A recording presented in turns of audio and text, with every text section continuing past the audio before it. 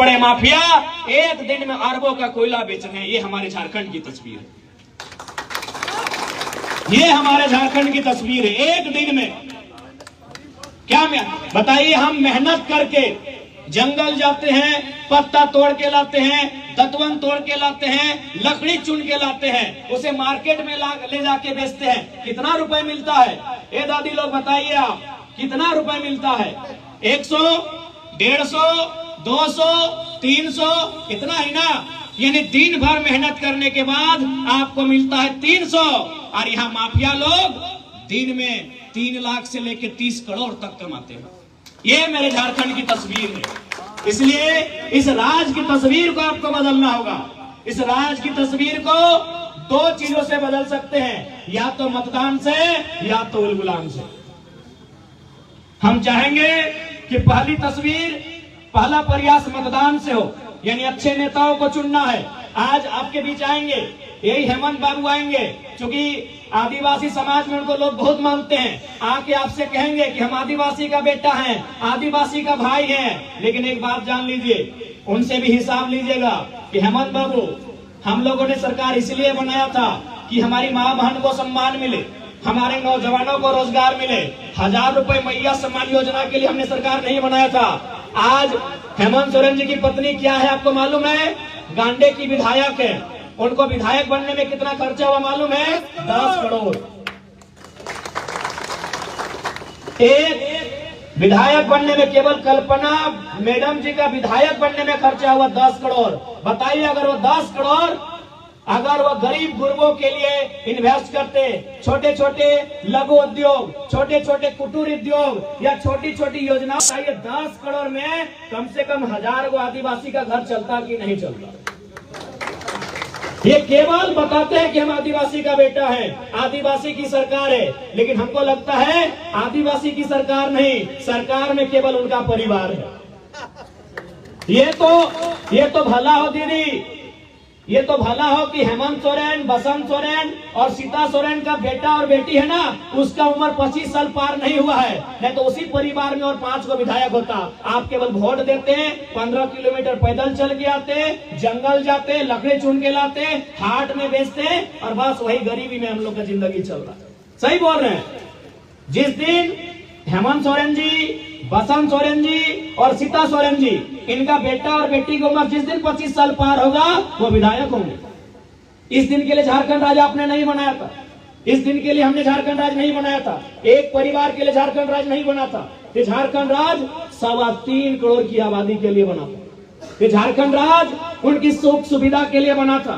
ये झारखंड राज्य उनके हक अधिकार के लिए, उनके न्याय के लिए बना था। लेकिन आज ऐसा लगता है कि झारखंड राज्य कुछ परिवारों का झारखंड राज्य बन के रह गया है। ये झारखंड राज्य हमने 81 विधायक बनाने के लिए अलग नहीं किया था।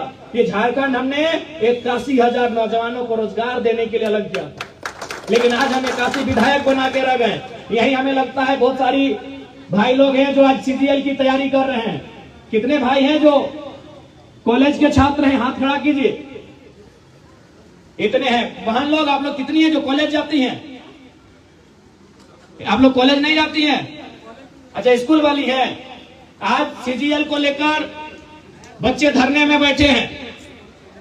आज CGL में 25 से लेकर 30 लाख में पेपर लीक हुआ है।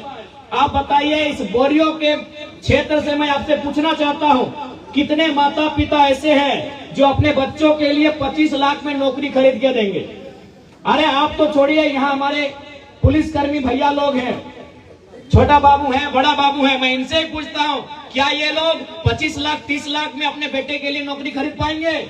ये पुलिस में है, इनको शायद सरकार 50,000 रुपया तनख्वाह भी देती है, लेकिन 25 लाख में अपने बेटे के लिए नौकरी ये भी नहीं खरीद पाएंगे। तो हम और आप तो हाट बाजार करने वाले हैं, कहां से उनके नौकरी को खरीद पाएंगे? क्या गलत बोल रहे हैं? 25 नहीं 27 लाख में पेपर लीक का मामला सामने आया है। जब पकड़े गए, उन्होंने खुद स्वीकार किया है कि 27 लाख में धांधली हुआ है। बताइए कितने लोग हैं जो 27 लाख में अपना बेटा के लिए, अपनी बेटी के लिए एक नौकरी खरीद के ला के देंगे? इसलिए आप इस भूल से आपको आना होगा कि हेमंत सोरेन जी आदिवासी के हितैषी हैं। वो केवल और केवल अपने परिवार के हितैषी हैं। बस इंतजार है कि कब उनके परिवार में और उनका बेटा, उनका भतीजा, उनकी बेटी 25 साल की उम्र पार करे। मैं आपको गारंटी देता हूं, जिस दिन 25 साल की उम्र पार होगी वे विधायक का चुनाव लड़ेंगे।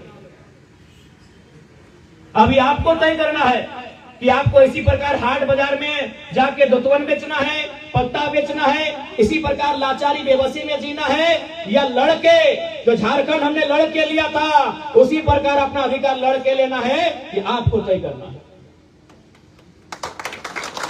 क्या आपको तय करना है कि झारखंड राज्य क्यों बना था। इसलिए आज हम लोग स्पष्ट कहना चाहेंगे कि झारखंड राज्य तो हमें मिला, लेकिन यहाँ की आदिवासियों की मांग थी सरना धर्म कोड, आज तक नहीं मिला। आज जेल कैंप पार्टी सरना धर्म कोड का पक्षधर है। हम लोग अगर आते हैं सत्ता में, सरना धर्म कोड के मामले को मजबूती से रखेंगे और उसके लिए प्रयासरत रहेंगे। आज आदिवासी राज्य में आदिवासियों की अलग पहचान, सरना धर्म कोड का कोई बात ही नहीं होता है। यदि हम लोग आते हैं तो पेशा कानून को मजबूती से उठाएंगे, पेशा कानून का हम लोग पक्षधर रहेंगे। पेशा कानून का मतलब क्या होता है, ये आदिवासी समाज को समझना चाहिए। पेशा कानून यानी आपके जमीन की खरीद बिक्री बिना ग्राम सभा की अनुमति से नहीं होगी। आपकी जमीन पर कोई योजना बिना ग्राम सभा की मंजूरी से नहीं होगी। और साथ ही साथ कुछ छोटे छोटे केस मुकदमे, जैसे अभी चोरी हुआ आप बड़ा बाबू के पास चले गए, मारपीट हुआ आप बड़ा बाबू के पास थाना चले गए। अगर पेशा कानून स्थापित होता है तो छोटे छोटे मामलों में आपको थाना पुलिस जाने की आवश्यकता नहीं होगी। पेशा कानून में ये प्रावधान है, तो हम लोग पेशा कानून के पक्षधर हैं। आदिवासी राज बोलने से आदिवासी राज नहीं होता है। इस राज्य में सीएनटी कानून है, संथाल परगना में एसपीटी कानून है। एसपीटी कानून का मतलब है आपकी जमीन को कोई खरीदे ना, आपकी जमीन की बिक्री ना हो। क्योंकि अंग्रेजों के काल में चाहे भगवान बिरसा मुंडा की बात रहे, तिलका मांझी की बात रहे, बुद्धू भगत की बात रहे, रघुनाथ महतो की बात रहे, या शेख भिखारी की बात रहे, टिके तुमराव की बात रहे, जिन्होंने इस राज्य के लिए अपना बलिदान दिया है, उनका एक ही नारा था कि जमीन हमारी है, हम खजाना नहीं देंगे। ये जमीन हमारी है, इस जमीन में हम खजाना नहीं देंगे। ये जमीन हमारी है, हम खजाना नहीं देंगे। सिद्धू कान्हू की बात रहे, चांद भैरव की बात रहे, चांद को महतो की बात रहे, या फूलो झानो की बात रहे, एक ही नारा गूंजा था कि हमारी जमीन है, इस जमीन पे हम खजाना नहीं देंगे। यानी हमारे लिए सबसे इंपॉर्टेंट क्या है, जमीन है। जमीन से बड़ा कुछ नहीं। आज हमारे बाद इस जमीन पर हमारी आने वाली पीढ़ी खाएगी, उनके चले जाने के बाद उनकी आने वाली पीढ़ी खाएगी कि नहीं। देखिए माताएं बहनें, हमारे अभिभावक, संपत्ति दो प्रकार की होती है। और यहाँ जितने लोग आए हैं, चाहे मीडिया के कर्मी हो, चाहे मंच में हमारे नेतागण हो, चाहे बगल में हमारे पुलिस वाले भैया लोग हों, चाहे आप जो नीचे बैठे हैं हाट बाजार करने वाले, सबकी इच्छा होती है संपत्ति अर्जित करने की, कि मेरा कुछ संपत्ति बने। संपत्ति दो प्रकार की होती है, चल संपत्ति। चल संपत्ति का मतलब ये मोबाइल, ये छाता आपका चल संपत्ति है। ये जो आपने नाक में पहनना है, गले में पहना है, ये चल संपत्ति है। आपके जेब में जो बटुआ है वो चल संपत्ति है। आप जिस गाड़ी में भी महंगी महंगी गाड़ियां, ये चल संपत्ति है, इसका ठिकाना नहीं है। आज अगर बोरियों में है तो कल दुमका में मिलेगा। एक ही चीज का ठिकाना है, ये जमीन का टुकड़ा आज भी बोरियों में है और 100 साल बाद भी बोरियों में रहेगा। पर हमारी लड़ाई इसी जमीन के टुकड़े की लड़ाई है। झारखंड, झारखंड में क्या लिखा है, झारखंड। झाड़ मतलब क्या होता है, जंगल, और खंड मतलब जमीन का टुकड़ा। यही जमीन के टुकड़े की लड़ाई है कि आप हमसे हमारी जान ले लो, हम दे देंगे, लेकिन जमीन का टुकड़ा नहीं देंगे। इसी जमीन के टुकड़े में हमारे बाप दादाओं ने फसल उगाया है और अपने परिवार का भरण पोषण किया है। हमारी असल लड़ाई एक जमीन के टुकड़े की है। इसलिए आज आपसे कहेंगे, आज केवल और केवल ये लोग ठगने का काम करते हैं। जब से मुख्यमंत्री मैया सम्मान योजना लेके आए, ये बीजेपी वाले भी योजना लेके आए, दीदी गोगो योजना। मैं चाहूंगा स्थानीय थाना प्रभारी महोदय संज्ञान ले, और जो लोग उस प्रकार का कैंप लगा रहे हैं, चूंकि ये जिला का आदेश है, जिला कार्यालय का आदेश है, कि गोगो दीदी नाम की कोई योजना नहीं चल रही है, तो जो लोग कैंप लगा रहे हैं उनको जेल के अंदर डालिए। हमारी झारखंड की जनता को गुमराह करने को उन्हें कोई हक नहीं है, हमारी भोली भाली जनता को भलाने का उन्हें कोई हक नहीं है। इसलिए मैं स्थानीय थाना प्रभारी महोदय सामने है, आपसे मेरा विनती होगा कि जो लोग दीदी गोगो योजना के नाम पर फॉर्म भरवा रहे हैं उस कैंप में आप घुसिए, उन्हें डंडे से मारिए और जेल में बंद कीजिए। उन्हें हमारी भावनाओं से खेलने का कोई हक नहीं है। इन्होंने मजाक बना के रख दिया है। इसलिए आज और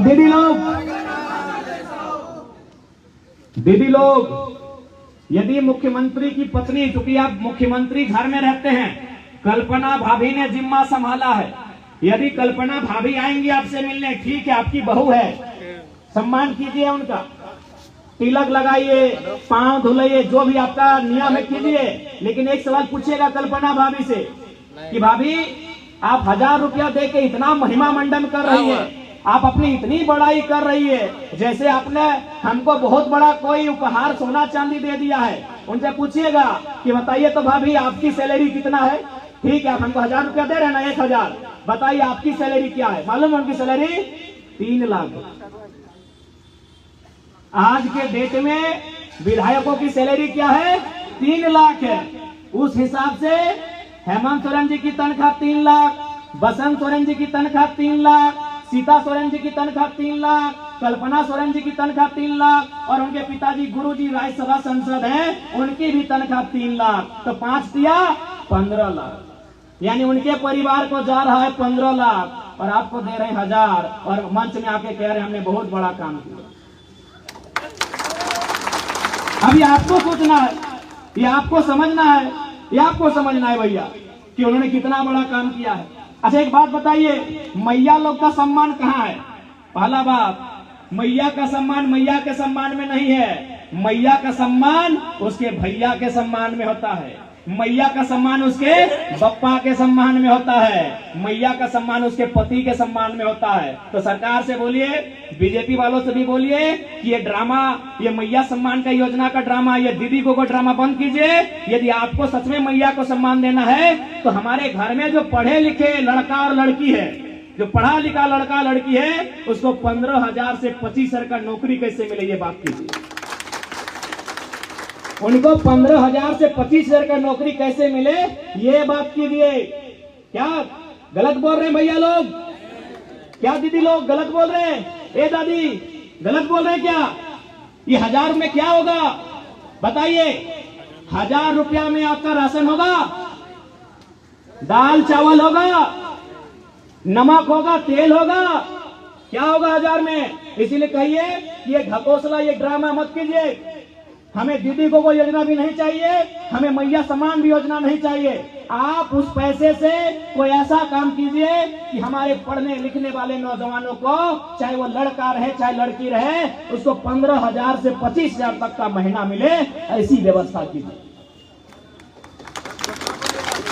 अब ऐसा नहीं आप सोचिएगा कि इस राज्य में पैसा नहीं है, इस राज्य में अगर पैसा नहीं है तो कहीं नहीं है, लेकिन सवाल है कि आपका पैसा है कहाँ?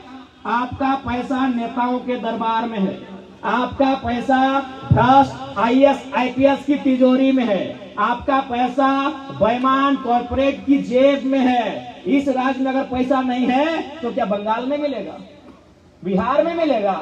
अरे झारखंड जहां कोयला है, झारखंड जहां पत्थर है, झारखंड जहां यूरेनियम है, थोरियम है, ब्रोमाइट है, क्रोमाइट है, बॉक्साइट है, आयरन है, स्टील है, गैस है, बारूद भी है झारखंड में।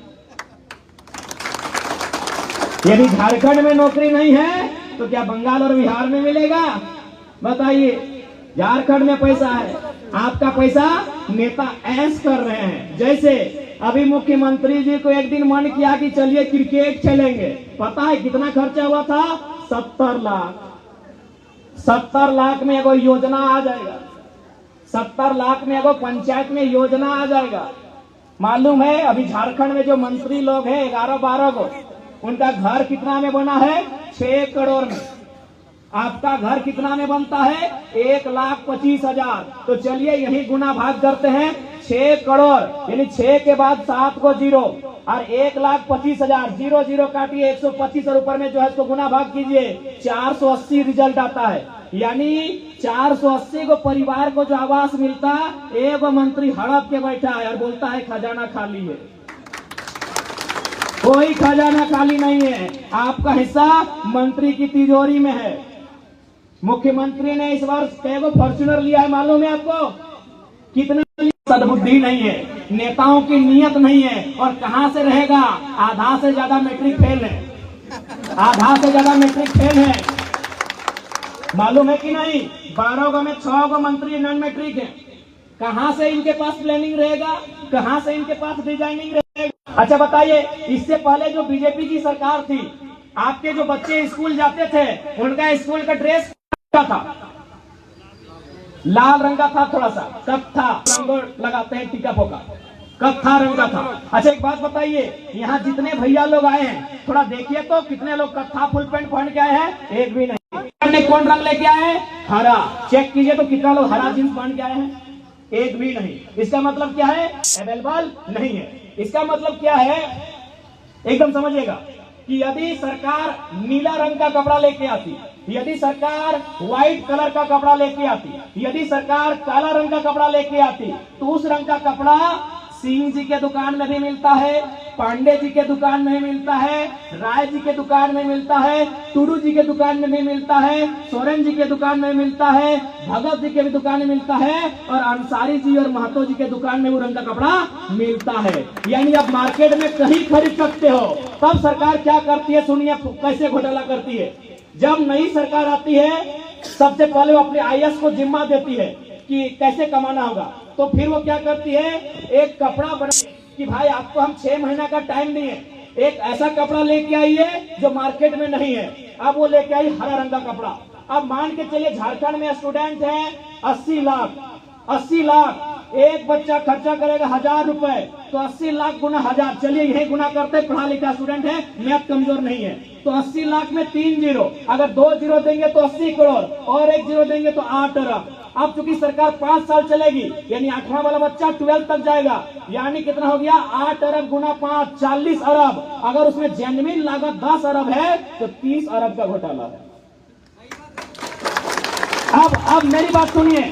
अब मान के चलिए हम लोग सरकार 24 में बनाते हैं, मान के चलिए कि Jairam Mahato jail camp party 2024 में सरकार बना लेती है, और हमको भी यदि स्कूल में घोटाला करना है, जैसा रघुवर दास ने किया, हेमंत सोरेन ने किया, यदि हमको भी घोटाला करना है तो हम नोटिफिकेशन जारी करेंगे, हम कैबिनेट में प्रस्ताव लाएंगे कि आज के बाद झारखंड में जितना भी स्कूल है, उनके जो बच्चे पढ़ते हैं, उनका जो ड्रेस होगा वो पीला रंग का फुल पैंट होगा। पीला रंग मार्केट में नहीं है, यानी हम फ्रॉड करेंगे, हम फिर से लूटेंगे, और इसी प्रकार किसी कंपनी को 6 महीना का टाइम देंगे कि आप पीला फुल पैंट बनाइए। है पीला फुल पैंट पहने? कितना पहने दिखाइए?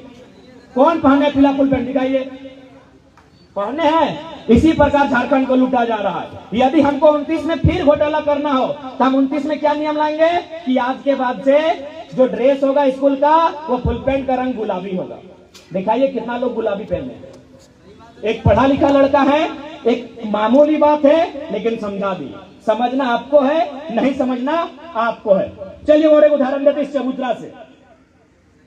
अभी जो आवास मिलता है, सरकारी आवास, कितना दाम है उसका?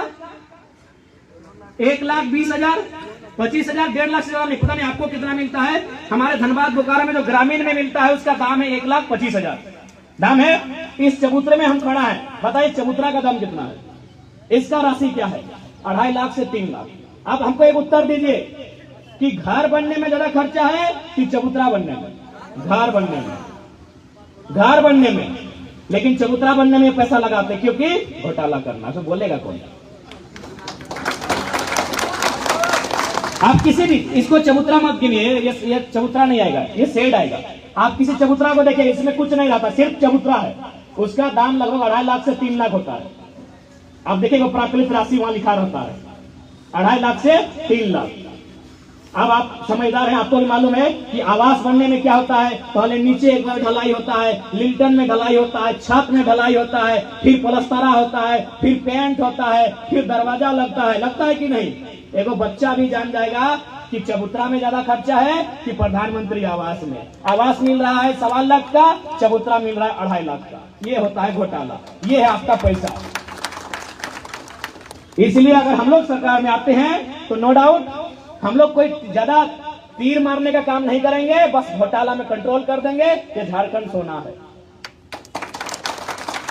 हम लोग कोई सुदर्शन चक्र लेके थोड़ी आए हैं कि घुमा देंगे सब ठीक हो जाएगा। हम कोई मंत्र लेके थोड़ी आए फूंक देंगे ठीक हो जाएगा। हम कोई जादू की छड़ी लेके नहीं आए कि ठीक कर देंगे टूटते। लेकिन इतना विश्वास है कि अगर ढंग से काम किया जाए तो झारखंड से सुंदर राज पूरे भारत देश में नहीं है। क्योंकि यहाँ क्या है, यहाँ 40% खनिज है। खनिजों की मात्रा कितनी है गिनती में? 75 से 80। अगर एक एक करके गिनेंगे कोयला ब्रोमाइट करके तो 80 प्रकार के खनिज हैं और उनका प्रतिशत क्या है? 40। कोयला अकेले 27%।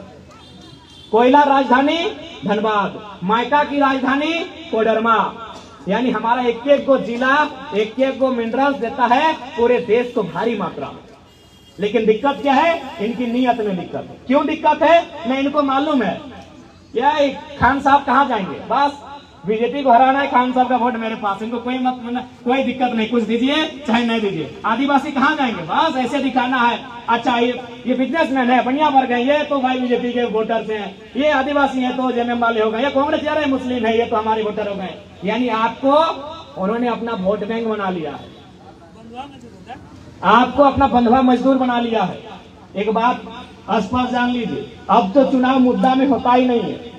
अब तो शिक्षा की बात करते ही नहीं है, रोजगार की तो बात करते ही नहीं है, वो 5 सालों में क्या करेंगे वो तो बात करते ही नहीं है। अब चुनाव पार हो जाता है, इंडिया पाकिस्तान, हिंदू मुसलमान, इसी में पूरा चुनाव पार हो जाता है।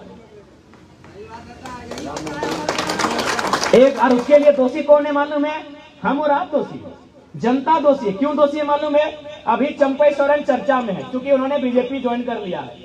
क्यों ज्वाइन किया है आप आधा जानते हैं, हम पूरा बता देते हैं। एक ज्वाइन करने का कारण यह है कि हाँ जेएमएम ने उनको उचित सम्मान नहीं दिया।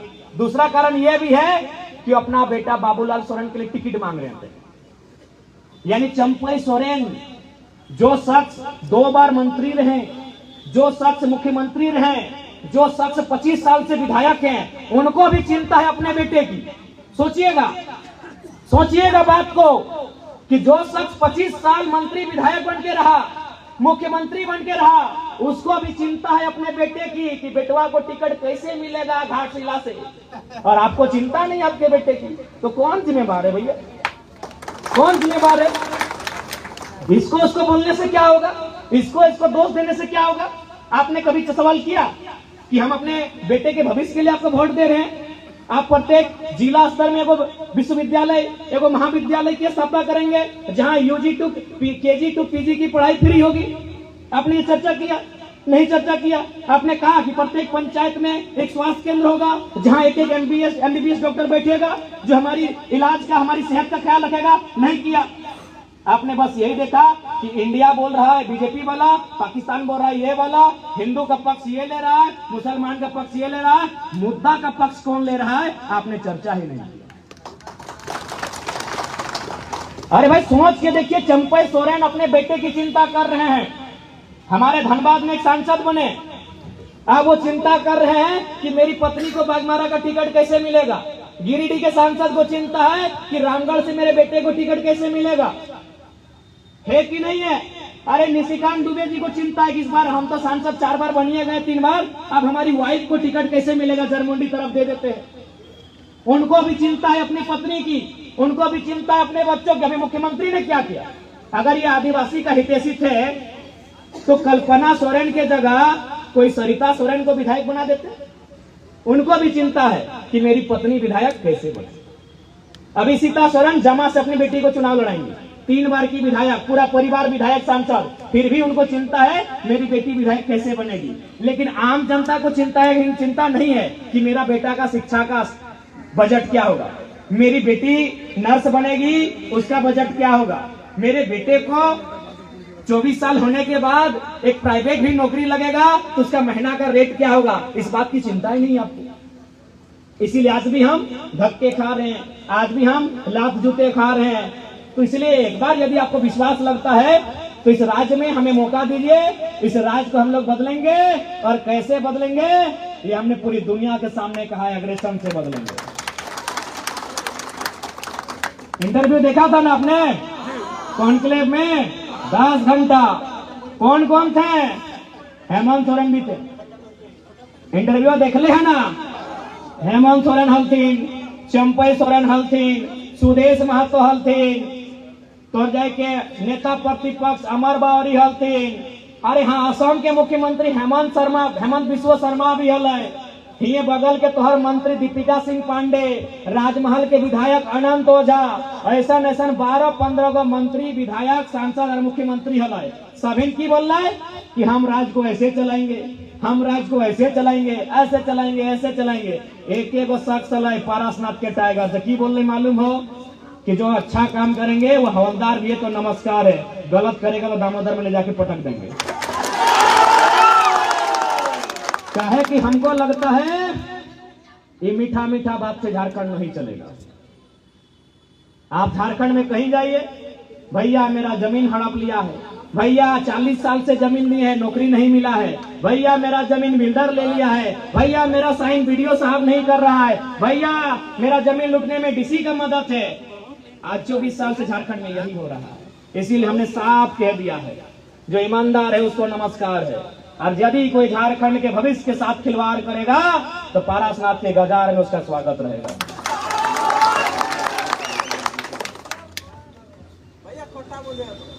तो इसलिए अब तो नहीं के डिसाइड करना हो।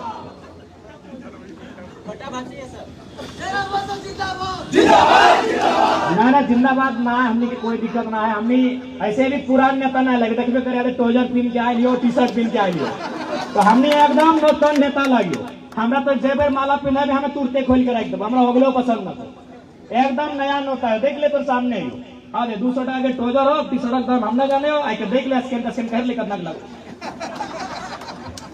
खाली गाड़ी हो देख ले, खाली गाड़ी हो, गाड़ी में भी देख ले। आधे ऐसा बात ना कि तुरते हमें रिमोट हटा दिए, हमें जब गाड़ियां आई लो धनबाद के नंबर लगाओ JS10 देखिए चेक कर ले, गाड़ी में कहीं चप्पल ना हो, खाली गाड़ी हो भैया। एकदम नवा नेता हियो, नया सोच के साथ अले हियो, पसंद लग तो वोट दिया। और झारखंड के बदलना कैसे हो प्लानिंग हमने पास हो। टेक्निक केवल घोटाला कर लो, के नहीं घोटाला कर लो। बगल में मंत्री है आलमगीर आलम, गेलो ना भितरे, चचा पर समझिया, एक नंबर घोटालेबाज हो, भले समझी लगो लेकिन एक नंबर घोटालेबाज हो। पूरा भितरे गेलो से खाते मुख्यमंत्री के बरहेट वाला प्रतिनिधि पंकज मिश्रवा गेलो ना भितरे, कहे गेलो सब घोटालेबाज हो। इतना टका कमा लथुन, इतना टका कमाए लथुन कि पेटवा से बाहर आएगा। तो ईडी तो देखबे करतो, ईडी तो देखबे करतो, सब गेलो।